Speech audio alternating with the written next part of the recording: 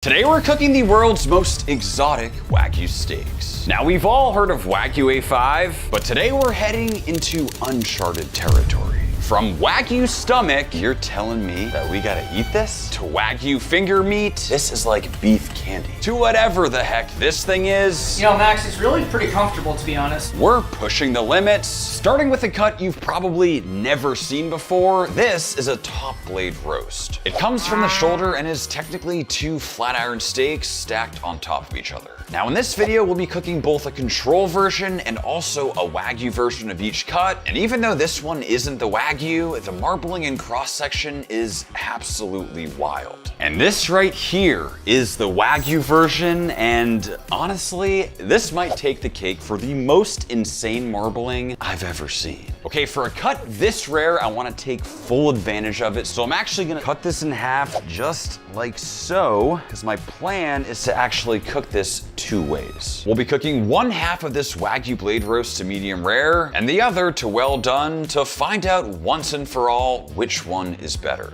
One of the craziest parts about Wagyu is not even just the marbling, but also the size. Look at how much bigger our Wagyu one is compared to the control. That is absolutely wild, but trust me, it is only gonna get crazier from here. We'll treat them the exact same way, hitting them with a salt and pepper based rub. And we'll start by cooking our first half here to medium rare. Only took about 2 hours, and the medium rare is just about done. We've hit exactly 125 Fahrenheit internal, which should be perfect. This cross section is wild. The flat iron steaks are separated by that seam, but this is generally a tender cut, so it should be tender. The only thing is, there is so much fat from the marbling, I really hope enough has rendered out and it isn't too rich. I honestly have no idea if beef can get better than this, but let's find out what happens when we cook this like a brisket. Let's hit the grill. Well guys, that took a whopping 11 hours to finish cooking, but easily the craziest thing here is how much of that fat rendered out. Okay, that was not good. That's also not good, but yep. All right, there's one. And here is number two. Wow, over freaking 2 glasses. Kyle, I made you some iced tea. Another just mind-blowing cross-section, but very different in that it is fully rendered and tender on the inside. It actually looks very similar to super juicy brisket burnt ends. Let's find out how Wagyu top blade actually tastes. All right guys, starting with our control. Literally every time I have flat iron, I think to myself, I need to be eating more flat irons. They are just so good. This is a great steak. Let's find out if the Wagyu A5 version's worth it. Start with the medium rare. I don't like that. Really? The flat iron is already so rich and tender. When you have a Wagyu A5 one that's also way thicker, it's just so gooey. I think you're biased against Wagyu A5. I'm waiting for that Wagyu A5 bite that genuinely makes it so much better. I think we might get it right now with the brisket version because this one is fully rendered, all that fat's out of there, it has the crust. I want you to taste this. Probably the most tender cut of beef we've ever had on this channel. If you guys look closely, there's this weird gummy knob situation. I kind of like it. I kind of like that part too. The control is an excellent steak, but this right here is just an experience. Okay, today's ranking system is very simple. Is Wagyu worth it?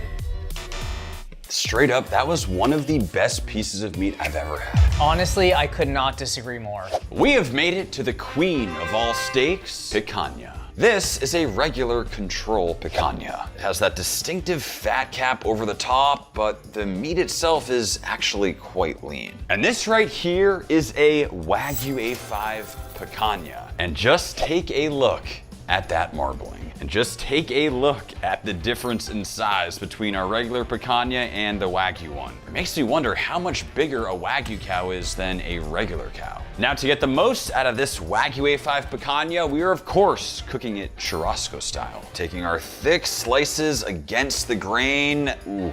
Wow, I just cannot get over the marbling on this picanha. It really is usually so lean, so this is blowing my mind. We'll get it on the skewer. This picanha is so massive, it barely fits. Keeping it traditional with just salt as our seasoning, going heavy on all sides. All right, it's time to get this thing on the grill, but I'm realizing it is so heavy. I think I need to add another skewer. I'm not sure if this is gonna work, but we're gonna try. Double skewered up. Now, let's get it on the grill. This fat is just immediately rendering on the hot coals. Wow, okay, it is about 105 degrees Fahrenheit in Miami right now. Whoa, it's just too much meat. Too much meat on one spit. Kyle. Bro, what are you doing? Protect me. Holy crap, dude, there's so much fat. I'm so hot right now. Let's just cut to being done and inside. That was quite the grilling experience, but I'm happy to report that the crust looks on point, and slicing into it, this looks unlike any picanha I've ever seen. It is just insanely juicy, but there is so much internal fat. I'm really hoping it's not overpowering, but there's only one way to find out. Start over here with the control, Churrasco picanha. That just always hits. Love that crust on the outside, that char flavor. One of the best bites in barbecue. Let's find out if it can be beat. Okay guys, Wagyu A5 picanha, absolutely absurd. You might be able to beat that crust because this crust is insane. I feel like I'm eating grilled butter. You still get the beefiness. Sometimes with Wagyu A5, it's just pure richness, pure fat, but on this picanha, you still get that deep, beefy umami. What I realized when it comes to Wagyu is it's all about the surface area and that ratio of crust to meat. When you get that very exterior Wagyu A5 picanha edge, it is absolutely incredible. Is Wagyu picanha worth it? I think it was just way too rich. I see your point, but that edge piece might have been the best bite of beef I've ever had. And this right here is a $600 whole Wagyu A5 beef liver, which I just found out has a microscopic hole in it. And what I can tell you is if you also have a whole Wagyu A5 beef liver, I highly suggest you don't have a hole in the bag because it makes quite a mess in the refrigerator. Let's crack it open. Ooh, it's that smell of liver. It's so distinctive. And apparently with Wagyu A5, it still has that stench. Kyle, get over here. Ooh, it's like a fermented barn. Usually when we open up Wagyu A5 steaks, it's this incredible experience. You got all that marbling. This just looks like congealed blood or something. I'm just interested in seeing what a whole Wagyu beef liver looks like. Oh man. Oh man. Oh, whoa, there's flaps. Whoa. This thing is weird, man. Look at, oh, this does not look like it's from this earth. Ooh. Oh, it's like one of those blankets. What are those things called? It's like a anxiety blanket when it's really heavy. It's so slimy and soft. Oh, it weirdly has this super satisfying texture to it. Like, look at that thing. Look at that recoil. Oh my God, it's so soft. But the weird thing is it's also like clean. Like there's no blood on it. Now that we've cleaned it off, it doesn't smell that bad and it's just this like beautiful purple clean organ. Now I'm gonna move it over to the other side. Ooh, oh, whoa, okay. This is crazy. Look at these weird holes in the liver. It reminds me of like craters on the moon or something. What is that? This is blowing my mind right now. Now the big question is, will this thing have regular Wagyu A5 marbling when we slice into it? Whoa, oh, it's like Jell-O. Well, yeah, zero marbling there. It is just that consistent deep red color, but there seems to be like kind of holes in it or something. This is unlike any meat I've ever cooked before. This is looking crazy. Before we move forward, I should probably make sure I have a doctor on standby. All right, Max, drop him. I'm not gonna drop him. I'm your doctor, for Pete's sake.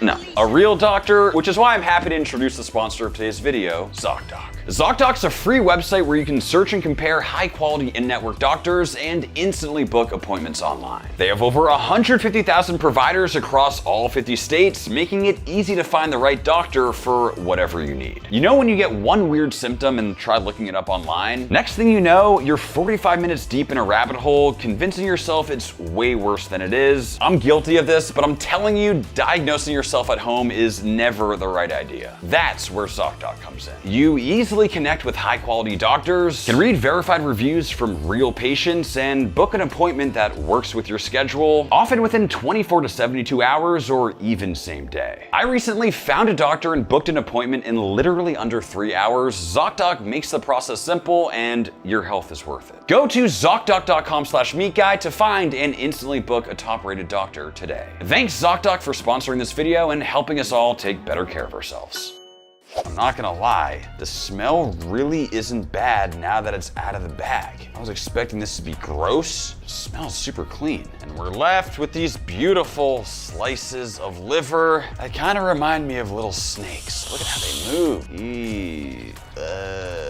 Now we'll get them into a bowl. Just look at that perfect piece of liver. I feel like this would be a good bass fishing bait. Now we're just gonna cover it in a bunch of buttermilk. Apparently this helps neutralize some of those gamey, irony, and like metallic flavors, but we'll see. And just giving it a nice mix to get it all incorporated, and we'll just let it hang out for a couple hours. To cook, we'll go in with the butter and our beautiful onions, hitting them with a little salt and pepper and pulling before they fully caramelize. And just like that, it is finally time we cook our Wagyu A5 beef liver. It looks like liver covered in like a pink milkshake situation. Kyle's gonna love this one. What? We'll go in to our seasoned flour, packing it in, making sure it's nicely covered, and it's finally into a pan to sear up. Liver and onions is actually a really popular dish, but honestly, I have never been much of a fan. But if there ever was a time to like it, Wagyu A5 would be it. Whoa, just take a look at that cross section. It went from this purple blob to honestly what looks like a regular medium rare juicy steak. Our liver goes directly over the onions. The time is here. Let's find out what the team thinks of Wagyu A5 liver. Oh, liver. All right, let's start with the control. I hate that texture, man. I really like liver. It weirds me out a little bit, but I like the texture and I like the flavor. The texture is reminiscent of beef. Decent chew. It's a little mushy towards the end. Irony, it's almost metallic. However, I'm very excited because what we have in front of us is Wagyu A5 liver. Ridiculously expensive, absolutely massive. I feel like if anything can make liver taste good, it's gonna be this. I don't like it, but it is better than that one. I don't think it's better, Kyle. I truly pride myself in being someone who can eat interesting and wild and wacky things, but there's just something about liver, man. It ain't right. Dude, I don't notice any difference whatsoever, except this one is like more mushy. Yes. The Wagyu one has more of like a mush bite to it. 100%. You could break it down with your tongue and not use your teeth. This one, you need a little bit of teeth. It's almost like the Wagyu one is like more of a pate texture. Nothing about that is good. Nothing. Is Wagyu liver worth it? Kyle, It's the truth. this was a $600 liver. Was that liver worth it to you? I want to say it's better than that one, but I hate them both. I don't know how to judge that. Fortunately, it's 2-1 here, and no, Wagyu liver, regular liver, no liver is worth it. We have made it to one of the most unique cuts of beef you will ever find. This is rose meat or matambre. Matambre is this giant flap of meat that is beloved in Argentina, but is extremely rare to find in the States. You know, Max, that kind of looks like a scarf. Nobody's wearing this as a scarf.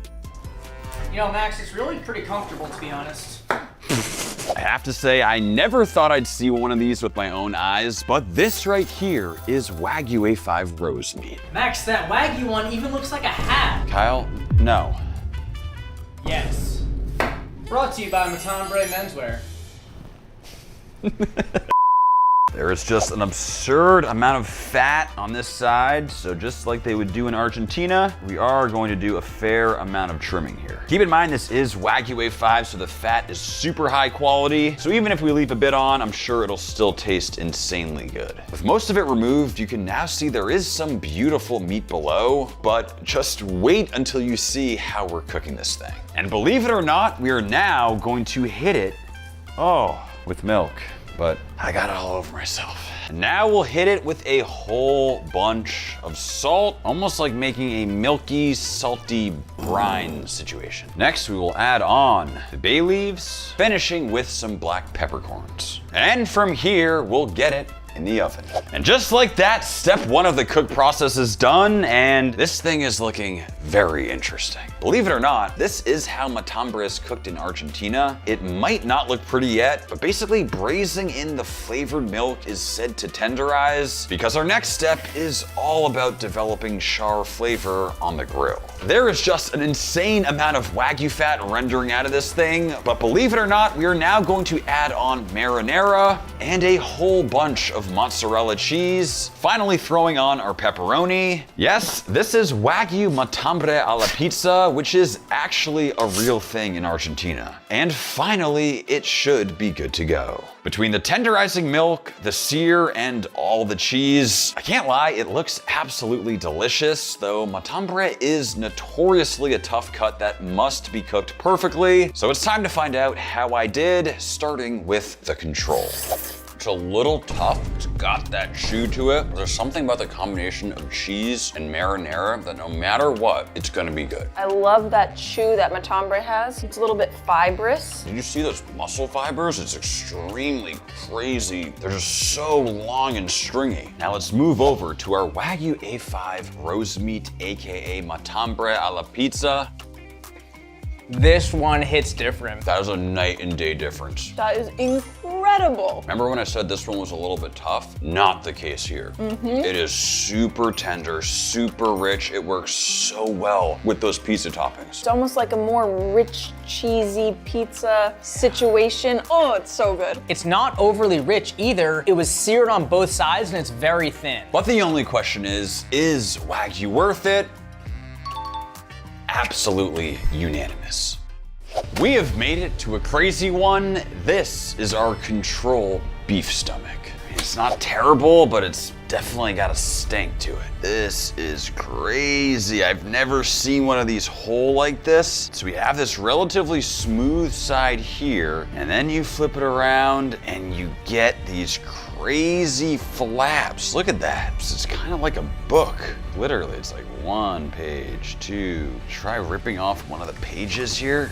Ooh, it's got this crazy texture to it. And for our Wagyu version, things are about to get real. We have not 1, not 2, not 3, but all 4 cow stomachs. Yes, cows have 4 stomachs. Definitely smells like a stomach. Ugh.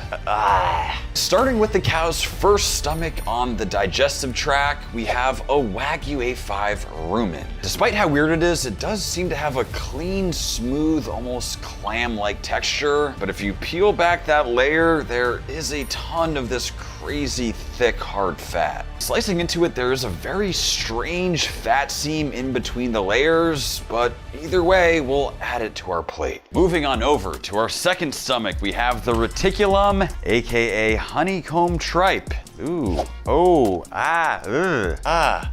ooh, this is wild. Honeycomb tripe is much more commonly eaten in many different cultures, and it really does have this honeycomb looking texture to it. With that, we'll slice it up into bite-sized pieces. Man, it just looks really chewy, but it's onto the plate. Let's move on to stomach number 3. They just really had to make cows with 3 stomachs. They couldn't just leave it at 1. And as we go on, we're going deeper and deeper into the digestive tract, which can't be a good thing. Ooh. Sometimes I really question my choices here. Oh, hello, Mr. Omasum. This just looks downright diabolical. We have reached stomach number 3. This is Wagyu A5 Omasum. This is actually the same stomach as the control, only the control was bleached white. And this is the one you'll often see in hot pot or a bowl of pho. And we have made it to stomach number 4, the Abomasum.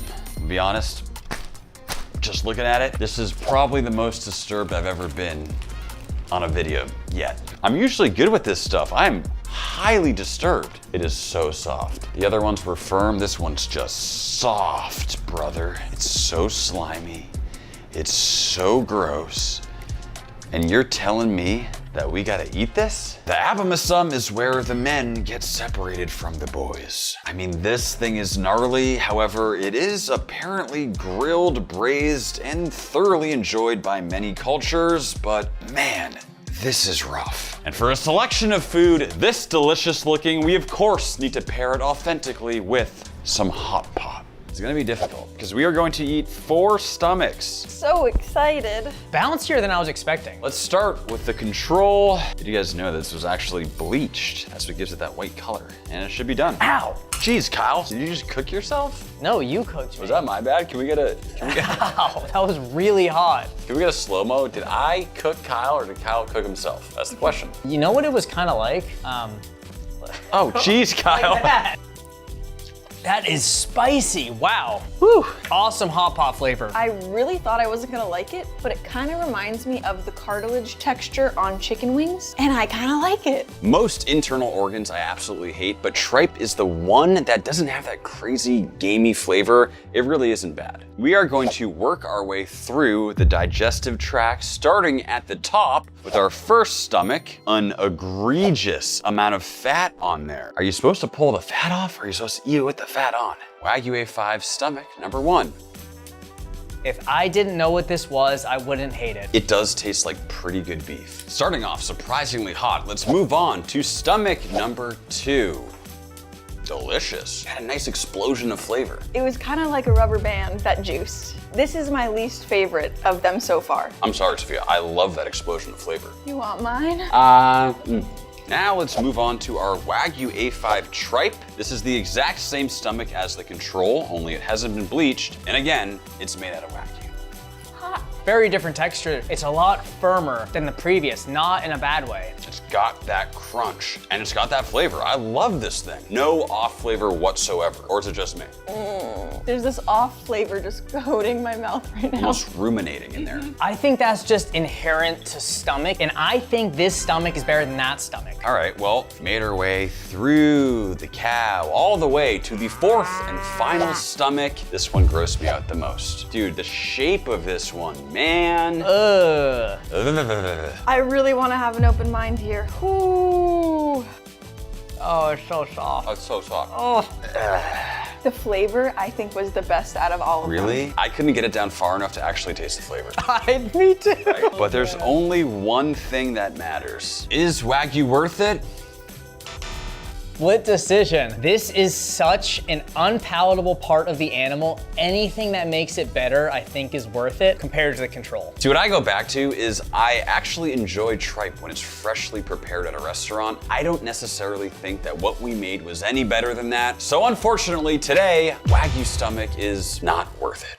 Next up, this right here is our control inside skirt steak. Inside skirt has these distinct thick muscle fibers and it's also quite lean, something that I don't think will be the case with the Wagyu. And this right here is something special. We have a full-on Wagyu A5 inside skirt steak. And this thing is absolutely freaking massive. And as you can see, there is just an insane amount of fat on both sides. But if you look in there super close, the marbling is ridiculous. We have this thick layer of fat over some of it, but through the cracks, you can see some of that beautiful meat. It's almost like there's this silver skin over the top. I don't even really need to use a knife. It's just kind of pulling right off. Making sure to trim well, there is so much intramuscular fat, any of this stuff on the outside is just excessive. This is one of the most unique cuts I've ever worked with. Shout out to Alpine Butcher for giving me access. They're my go-to for Wagyu beef. I think we are finally trimmed up, but this thing has still gotta be at least like 50 or 60% fat. Seasoning with just salt, pepper, and garlic powder, keeping it simple so we can truly experience this cut for what it is, and we'll get it over hot coals. One of the beauties of Wagyu is that all the rendered fat quickly leads to an insane crust, which we've developed after only a couple minutes. We'll get this into chunks, then slice against the grain. It just looks so juicy. I can only imagine how this will end up tasting. Now for the world's rarest skirt steak, we of course need to make the world's rarest taco. This is basically a surf and turf taco on steroids. The Wagyu skirt is being paired with a giant hunk of freshly steamed king crab, shredding on an absurd pile of truffles, topping with the world's rarest albino Osetra caviar. This thing is literally worth over $10,000 per pound, and finishing with some gold. I don't even want to think about how much this thing would cost in a restaurant. I just really hope it actually tastes good and I didn't accidentally just make the most expensive mistake of my life. Starting with our basic control inside skirt steak taco. Inside skirt steak is always a little tough. That is a very good point. However, inside a taco, it works. Sliced thin, you have all these other ingredients, it just kind of forms this perfect bite. Now let's move over to, I mean, legitimately the most absurd taco the world has ever seen. The caviar alone in each of these bites is worth more than your entire life, Kyle. That's at least like 20 bucks. Probably the craziest bite I've ever had in my life. I mean, you get that rich skirt steak, crab, that caviar. That was crazy. I think the reason I like this bite is primarily because I know how much that bite costs. That was probably a $300 bite of taco. I actually think I like the control more. I'd rather eat a normal taco than this taco right here. I want all of those components by themselves, not all together in one taco. When it comes to inside skirt steak, is Wagyu worth it? Is it objectively better? Probably, but the question is it worth it? I think no. Next up, we have made it to beef tongue. But the crazy part is, even just this regular choice grade tongue, as you can see, has some of the craziest marbling you'll ever see, so I'm very interested to see how the Wagyu version compares. First time I've ever seen one of these with my own eyes, but this right here is a Wagyu A5 beef tongue. It looks a bit taller than the control, but besides that, so far very similar. First thing I'm gonna do here is try to almost peel off outer layer of skin. It's super thick, very weird, sort of scaly texture. You'll often see people boil their tongues to make this a little bit easier. Reminds me of shark skin or something. This is crazy. But what we're left with down below is, as you can see, some beautiful red looking meat. Just like that, we are all trimmed up and this thing is looking wild. And it is time for the moment of truth. That just looks absolutely absurd. It's almost hard to tell if this is meat because there is so much fat and marbling in there. That is crazy. Either way, we'll take our roughly half-inch slices, seasoning simply with salt and pepper so we can really taste the flavor, and we'll get it on the grill. Tongue can be on the tougher side. That's why you'll often see it braised or slow smoked, but I'm optimistic that because this is Wagyu, cooking closer to medium or medium rare should still be tender. The color is looking perfect. Plating it Japanese barbecue style, simply with some sauce on the side. Is Wagyu tongue worth it? Let's find out. All right, guys, control tongue. Got that very distinct spongy texture that a tongue always has. I really like it though. Let's move over to the Wagyu tongue. I have high hopes for this. The marbling was out of control.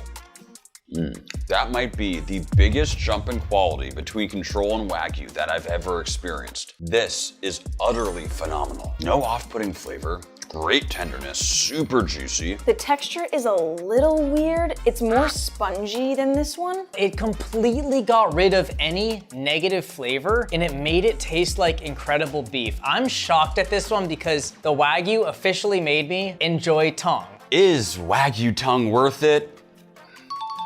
Probably the easiest yes of the day. And we have made it to beef short ribs. These are regular beef short ribs. Even though it's the control, short ribs always have incredible marbling, though it is nothing close to what we're about to see. Now these right here are Wagyu short ribs. Honestly, this might be the craziest marbling I've ever seen on a piece of meat. Literally feels like I'm slicing through butter. That is absurd. There is just so much intramuscular fat that it almost doesn't even look like beef. Just slicing into nice strips against the grain, and there is only one way to cook a cut like this. And for short ribs of this quality, we're of course going Korean. Asian pear is the most important ingredient as it has a powerful tenderizing enzyme, though I am very interested to see how it'll react to the Wagyu A5, given that it already should be extremely tender. Completely covering in that savory and sweet Korean barbecue marinade, and we'll let them hang out in the fridge. Just like that, it's been 6 hours and they smell absolutely amazing. All that flavor's deeply penetrated, but just looking at it, there is so much fat on here, it kind of just looks like a block of butter. Just like we would at a Korean barbecue restaurant, it's onto the hot charcoal. And these things are really shrinking up as all that fat renders out, but we have achieved some great looking color. It kind of looks like a strange piece of crispy bacon, a completely different look than our control beef short ribs, even though they are technically the same cut. To assemble, we'll slice it up, and we'll start with a beautiful fresh perilla leaf that we'll top with rice and the beef. Samjang, a sliver of garlic with some kimchi. Does Wagyu make Korean barbecue that much better? Let's find out. We'll start with the control. That will always be my favorite bite of food. It's got everything. Sweet, salty, tangy, rich, spicy, fresh. What else could you possibly ask for? Let's move over to our Wagyu Kalbi short ribs. A lot more tender, very rich. I'm trying to think if it's actually that much better though. The fat does taste awesome, especially with an insane char. Problem is there's only fat. There's no meat on this piece. I think that's an exaggeration because I'm still getting really nice beefiness, but I see your point. It is significantly more rich, potentially too rich in this case. That surface area of crust is so important, and this one does it right. You have it on all sides, it's super thin, it's incredible, but it is a lot of fat too. Is Wagyu worth it? Today, the answer is no. Korean barbecue is already perfect. Speaking of Korean barbecue, you have to try our brand new Max Jerky Korean barbecue beef jerky. You guys know that I love my Korean barbecue. I'm telling you, this right here is the most authentic flavored Korean barbecue beef jerky you will ever try. Use code BEEF25 to get 25% off your entire order. Check out our new products. You won't be disappointed, and we appreciate the support. This is a regular beef brisket, the king of barbecue. As you all know, I love a perfectly slow smoked brisket. It might be the control, but it's already special, so the Wagyu will really need to wow us. And for the Wagyu, this is Argentinian Wagyu, and it looks completely different than any brisket I've ever seen. For one, this one came completely trimmed up with almost all the fat already removed. But most distinct is that extremely deep red color. There is still decent marbling because of course this is in fact Wagyu. Either way, we'll season it up just like we would any other brisket with a bunch of kosher salt and pepper, and we'll get it on the grill. Just like that, it has been 12 hours on the smoke, and take a look at this beauty. Just a perfect mahogany bark, topping with those Wagyu fat drippings for even more rich flavor. And we'll wrap this baby up nice and tight to finish cooking. 18 long hours of cooking, and this Argentinian Wagyu brisket is finally done. Great looking color, and I mean, this just slices through like butter, but talk about an interesting cross section. Surprisingly, doesn't look particularly juicy, and check out that kind of yellowish fat that I typically expect to see out of like a grass-fed cow. But as we've learned, looks can be deceiving. Let's see how it tastes. Starting with our control backyard Texas barbecue brisket. Classic. Great. Had it once, had it 1,000 times. It's freaking awesome. All right, guys, Argentinian Wagyu brisket, possibly the most underrated type of Wagyu beef in the world. High hopes for this one.